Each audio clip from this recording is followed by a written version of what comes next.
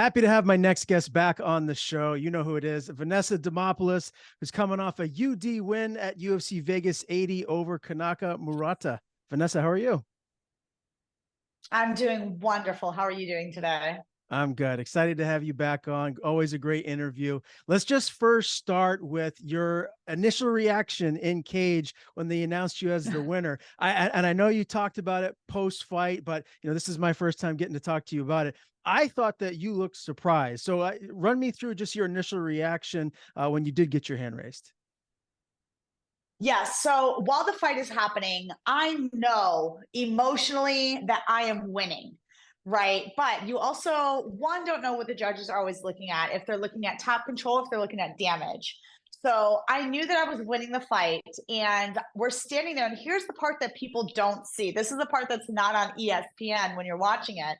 Um, so there's us, there's the two athletes and the referee in the middle. And then in front of us are all the cameras.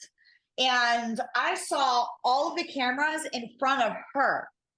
There were no cameras in front of me. And I look over at my coaches and I was like, guys, I don't know if we won it. I was like, all the cameras are in front of her. And I gestured over to it. And then I did one of these and I look back and that's the part that ESPN clipped in at, right? Is when I was looking back and then they said my name and I'm like, fuck yeah. I celebrated with every single ounce of who I am as a human. Cause it's I knew I won. I was confident in that. You even heard DC talk about it during the commentating afterwards, where he was like, yeah, Demopoulos looks like she thinks she won that fight. And then Paul Felder said, well, she didn't. And, well, you were wrong, but yeah, that's where that reaction really came from, was when we're standing there waiting and I see all of the cameras lined up in front of her. I was like, fuck, because I just assume that they know who won before we know. Kind of like when a title fight is happening and it goes all the way to a decision and you see Dana White standing behind the person who he's about to give the belt to. That's what it felt like, sitting there waiting for my name to be called. Have you ever seen that, not when you're fighting, but if you're in the stands? I know you get close seats when you're at some of these big UFC events, but have you ever seen that before, where all of the cameramen are on one side versus the other? Because that seems like they're dropping the ball a little bit. Yeah, I don't know. I've never paid attention when I go to almost all of the events, but I've never really paid attention in that moment until I was in that moment, but now I see that that's not even a deciding factor. It's just something that I noticed. And I looked over at my coaches and I was like, guys, I don't know. All the cameras are in front of her. Yeah. I appreciate you sharing that. That definitely makes sense. Did you get a chance to maybe give Felder a hard time and say, hey, what were you watching? No, I didn't. That's not really my style, but again, and I didn't. Yeah, even during the fight, oh my goodness, there was a moment. I forget if it was in the second round or the third round. But I could Felder and I locked eyes. I was like, yeah, you like that? And bow, got her again with another backwards elbow from the bottom. I was chewing her up, and I was a little bit disappointed when I heard, how much they were really on her side about everything. And I was like, man, top control, I understand from a wrestler's perspective. I get it. And that used to win fights, same way as point fighting somebody versus a really knockout punch that knocks somebody down. Point fighting used to win. It doesn't win anymore. They don't care about the points anymore. Judges are now looking for damage. Who is causing the most pain inside of that cage? So, and that was me. That was the case on Saturday. Was I was the person causing all of the damage, even from the bottom. I was the person going for submissions, going for attacks, trying to advance everything. And even on the feet, I knocked her down several times with punches. My kicks were penetrating. Yes, I know that I won that fight. I always find it fascinating when I talk to fighters post-fight, and I ask them what their coaches, their team were telling them going into the second, third round. What were your coaches telling you to implement going into round 2 and 3? They were telling me that I was doing a good job on the stand up, and they wanted me to try to keep it on the feet a little bit more. But her judo was better and than we were anticipating. We were really expecting her to do head inside double leg takedowns, and she didn't do those at all, actually. And that's something that we trained a lot for. So they were telling me to go ahead and keep it on the feet, that I was doing well there. And even when I was on the ground, I was listening more to what was happening during the fight than the in between that I can really remember. Um, but even during the fight, like they told me to try to get up because of the control time. So as I tried to stand up, she almost got into side control. And I was like, okay, that's not the right call. Like she's worked on this more than I have. And that was a little bit more difficult for me to try to do. So I stayed in position and tried to just continue to do damage from there in the third round. How did your cardio feel in the third round? Did you feel like you still had more gas to go if this was like a title fight? Oh, 1,000,000%. Yeah. My cardio was amazing this fight. My cardio is usually really good every fight. Mhm. And No, for sure. I've literally heard coaches telling my opponents, not this particular one, but I've heard coaches in the past telling their fighter, like, go get her, she's tired. Like she had a tough weight cut. I'm like, my cardio is great. Like Yeah. I can literally go forever. Yeah. So scale of 1 to 10, how pleased are you with this performance? I'll definitely give it like an 8. I think that there's some things that I could have worked on and done better. And we went back and watched the fight immediately after it happened. And I got to celebrate a lot of moments. But yeah, there's some things I see in there that I'm going to continue to go back to the drawing board and get better at. How tough of a competitor is Murata? When you look at some of the other, fighters that you've been in and shared the octagon with, how would you rank her as far as just her toughness and overall skill set? Oh, overall toughness. Yeah, she's fucking tough, man. And I knew that going in. I mean, even in her last fight, like she completely broke her arm and she continued to fight, with one hand. And she looked distraught when they ended the fight. So it's like, that she's tough, that she's a gamer. Oh my gosh, the elbows that I was landing on Murata and the fact that she did not go unconscious, that was crazy to me. Cause like I cannot even express to you how hard I was hitting her with those elbows from such a close range. Like they were freaking landing. And I was like, I'm going to knock her out. I don't care. Like she'll go unconscious. She did not, she stayed there and she was very strong in her position of holding me down. And I couldn't get my hips out. I think it was in the second round. I actually looked over at my coaches and I was like, guys, she's holding my hips down. Like I couldn't maneuver my hips around to go for submissions. So yeah, she's strong in those positions and she's tough. Safe to say though, from those elbows, she's probably pretty bruised up still today, huh? Yeah, I saw she had a giant gash on the side of her head from the elbows. She had a giant gash over her eye, a gash over her nose. So yeah, I'm sure she has some healing to do. And I wish her the absolute best. I saw her the next morning and I gave her a hug in Mizuki, and I was like, safe travels. And yeah, I wish her the best. But yeah. Very well said. As far as post-fight meal goes, what was the go-to for after this win? What did you have? How'd you celebrate it? My family and I all went out for hibachi, so that was super fun. My family all came into town, and it was just nice to be around everybody and just get that good wholesome vibes from them. So after you cleaned up and did the post-fight interviews and all of that, did you just go straight there and eat, or did you get to hang out and watch any of the fights after you? No, I didn't get to see any fights after me. And Drew Dober's a very good friend of mine. And I saw that he went out and he got his big old knockout. And that was crazy. And I was so excited for him, but I didn't get an opportunity to watch anything. Yeah, being with my family was more valuable than watching those fights at that moment. 100%. I was going to ask you about, Karolina Kovačević's performance, but you didn't see it. Let's just go I back didn't to see it. yeah. Let's go back to your last fight. That was in May. It was a UD loss to Kovačević. I mean, she's a veteran. She's been around for a long time. Very tough fighter. Well-rounded skill set. Tell me what's the growth and the lessons learned from that fight. Well, I fought the best Kovačević and she fought the worst Demopoulos.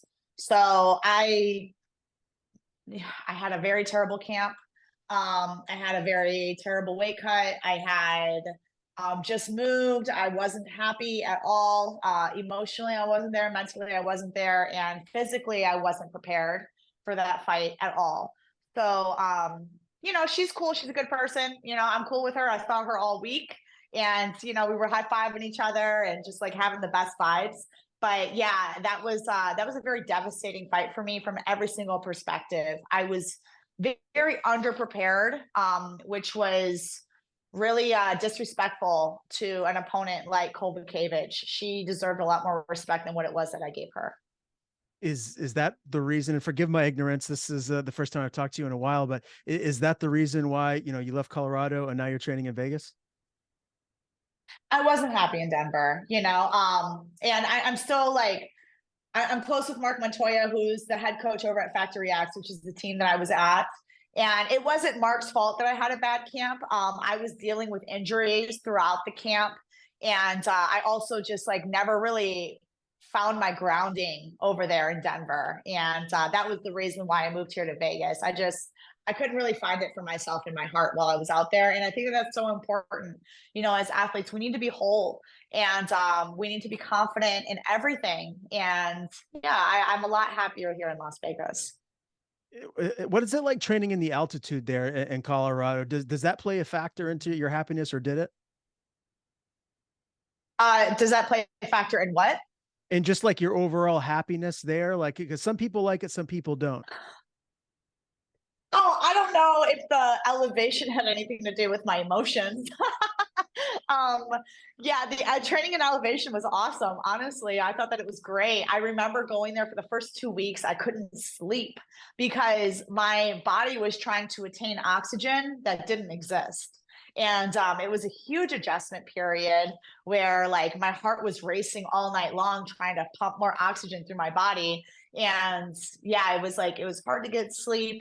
Training was like crazy. Their pace is insane out there. Mm. So it's like they have a super high pace and I'm not getting any oxygen. So after the first few weeks of training, I felt like I could go anywhere and just literally breathe underwater. Like it was freaking awesome training in elevation, to be honest. Yeah. Yeah. Okay. Fair enough. I know that the limited time that I spent in Denver, I had the same issues that you did as far as sleeping goes. So, and Yeah. for me, sleeping is so crucial. I mean, for anyone, really, sleeping is just so vital and important. So I just wondered, how that must have played into just your overall happiness, if you're not getting quality sleep there, right? I mean, it has to. That was only for the first 2 weeks, and Okay. I was out there for a few months. So, but yeah, after the first 2 weeks, I adjusted. I was getting good sleep. I'm good at sleeping. Like I can do that. I think I just never really found my footing in Denver, and that's okay. And so now I saw an article that was written up about you. It's like camp a la carte out there in Vegas. Like who do you have around you day to day? Like who are like the main people that you do get your working with? Mateus Nakash is my striking coach out here, and he moved here from Brazil. He was a part of the team out there with Jose Aldo's camp. And now he's here in Las Vegas, and I'm super blessed and grateful for him. And then I have Dennis Davis as my head coach. He's also the main coach over there at Extreme Couture. So, and I don't represent Extreme Couture, but Dennis Davis is my head coach. And I'm so grateful for that. I kind of put together my own training partners for this camp. I was very exclusive with who I chose to train with. I was going over to the PI a lot, and Jiva Santana was in my corner. Now, that's my professor from California who gave me my black belt in jiu-jitsu. So even with that, for example, he would send over videos and say, hey, do this and do this. I would do that and then send him the videos and be like, what do you think? So, and then I also had Chase Pammy out here for wrestling. So yeah, I really did like kind of pick and choose and put together my own fight camp, and it worked out beautifully. Is that what you expect to do for your next fight? Absolutely. Yes. I think that that was perfect. Yeah. I was super happy with all of the training that I was getting. I didn't feel like any areas were really truly lacking. And I felt very confident, and every training session that I had was focused around what it was that I needed. It was perfect. which showed off in the cage. I was so confident in there. I was so composed. I was able to have dialect with my coaches back and forth, and just really be like at peace walking in there. Yeah, I could see that watching it on my big screen at home. I got to tell you, Vanessa, I think out of everyone in the UFC, you have like the best energy and just positive vibes. Anytime I've spoken to you, and that I think that resonates to the fans watching at home. Oh, that's so awesome. Thank you. Yeah, I'm happy. I love life. And I love fighting, and I really do, feel blessed, and I feel honored, and I really feel like God's glory has touched what I do, as an athlete. Like, I get to do something that I love so much, that I've worked my entire life for this. Like, people don't see all the work that we put in before being a UFC fighter. Like, I've been in the UFC for a little bit over 2 years now, which is amazing. I've had 6 fights, in a little over 2 years. And but I've been fighting for like 14 years. So that whole entire time, it's like, this is the dream. Like, this is what I wanted. And I'm finally here. So yeah, I'm gonna be as fucking happy as I want to be, damn it, because I worked my ass off to be here. So don't mind if I smile and if I'm a little bit loud about it. Absolutely, good for you, as you should be. When can your Thanks. fans? When can everybody expect to see you back in the octagon? And is there an opponent that you'd like to get matched up with next? Man, my coaches and I keep talking about who's next, but as far as what's next, like, the first thing we said to Jason House, my manager, as soon as we walked out, was, "Hey man, we're injury free. Like, we want to get back in there." So yeah, and as far as like selecting an opponent, like, truly that's up to Mick, that's up to the matchmakers and the UFC on what they want to see out of us. But I cannot wait. And yes, I'm very ready to get back to it and get back out there for you guys. And do you feel like, I mean, you're at a point now where you're going to be getting some of those, maybe not top 5 opponents, but top 15 opponents. I feel like you're in that mix where you should be getting those opportunities to start jumping up the ranks, right? Like, is that where you feel you are? I hope so. Yeah, I do feel that way. I would like to start breaking into the rankings a little bit and continuing to move my way up. But yeah, I'm ready for whatever they want to throw my way. Like, I'm going to continue to train and continue to rise. My striking was better than it's ever been. My grappling was more aggressive than it's ever been. Like, did I get the submission like I wanted? No. She was very prepared for that. But fuck, I was violent down there. So, and I think that accounts for a lot. I'm really evolving as an athlete, as a fighter, and as a UFC fighter out there in the octagon. Now, the last time that we did speak, you told me that you were doing some work on UFC Fight Pass. I believe you're still doing the Extra Rounds podcast. Can you tell me a little bit more about what you're doing as far as like the media side of things? Yeah, I have to have those conversations because, to be honest, like, when I was fighting, I'm like completely freaking locked in, like, I don't think about anything. And I've been locked in for this camp longer than any other camp. I locked in like 10 weeks out. So yeah, like right now, like, this is the time that I'm going to go and have some more conversations and see what's on the other side of not only being an athlete, but also with the broadcasting stuff as well. And that's something that ultimately down the line you want to continue to grow doing that, right? Yeah, absolutely. Yeah. I mean, I love watching fights. I love talking about fights. And what better way to do that than for all the fans out there?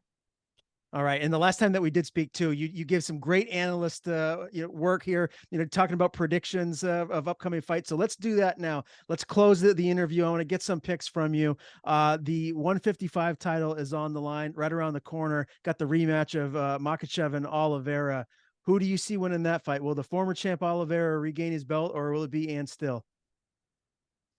Oh my goodness, that is so difficult. I think that Oliveira has a better chance at submitting than Islam has at holding. And we saw what happened last time, but I think Oliveira is going to come with a lot more heat this time, and that's something that, like, Islam just doesn't have the submission grappling for that. So you're going with Oliveira, the upset. I'm going to go with the upset. Okay, fair enough. I love it. Heavyweight title, John Jones, Stipe Miocic. Same deal. You know, we got the new champ, John Jones, the former champ, Stipe Miocic. Now, he is a little bit older now. I believe he just turned 40 or he's close to it. Do you feel like Stipe still has enough left to get it done? I think Stipe's got plenty left. I just don't think he's got enough to beat Jones. I think that Jones is a very high fight IQ. I think that he really does his homework. You know, nobody studies fighters the way that John Jones does. And he is going up against the former baddest man on the planet. But I think that Stipe has great boxing. I just don't think it's going to be enough to beat John Jones. I think that's the safe bet. Now, fast forward to December. This is the card that I'd like to see you on, Vanessa. We got two title fights, the 170 belt, Leon Edwards and Colby Covington. Let's start there. Do you think Colby Covington can get past Leon Edwards, or do you feel like Edwards is going to retain?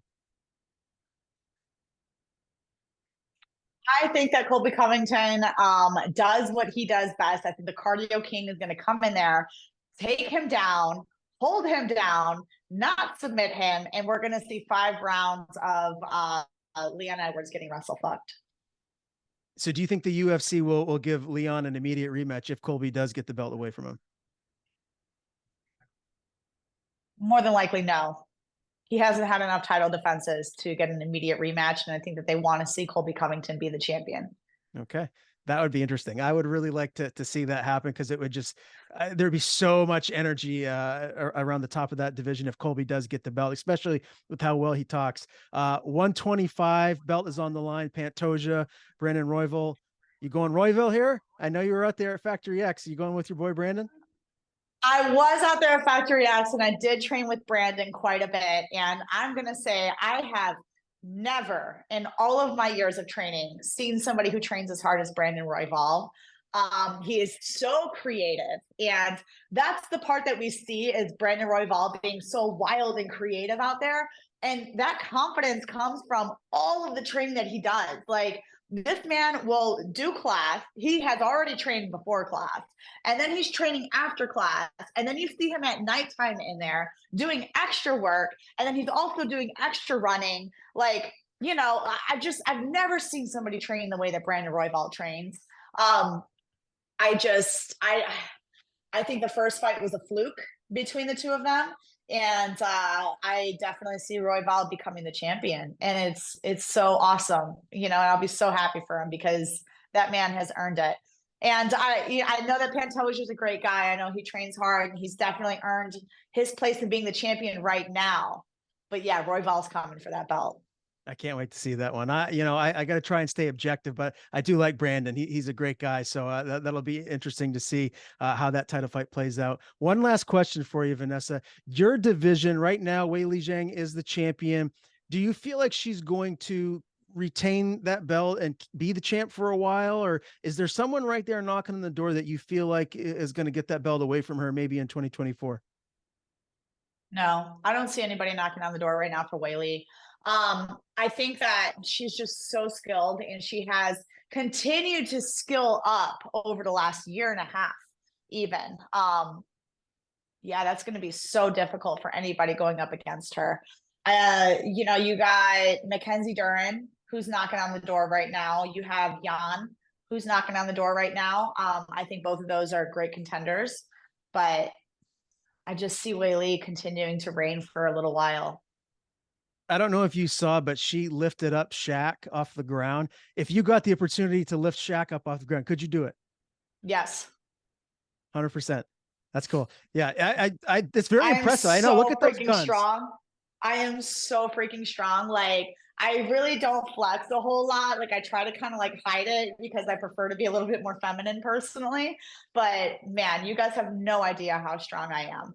Like, I know that I could lift him up. And like, yeah, like yes, absolutely.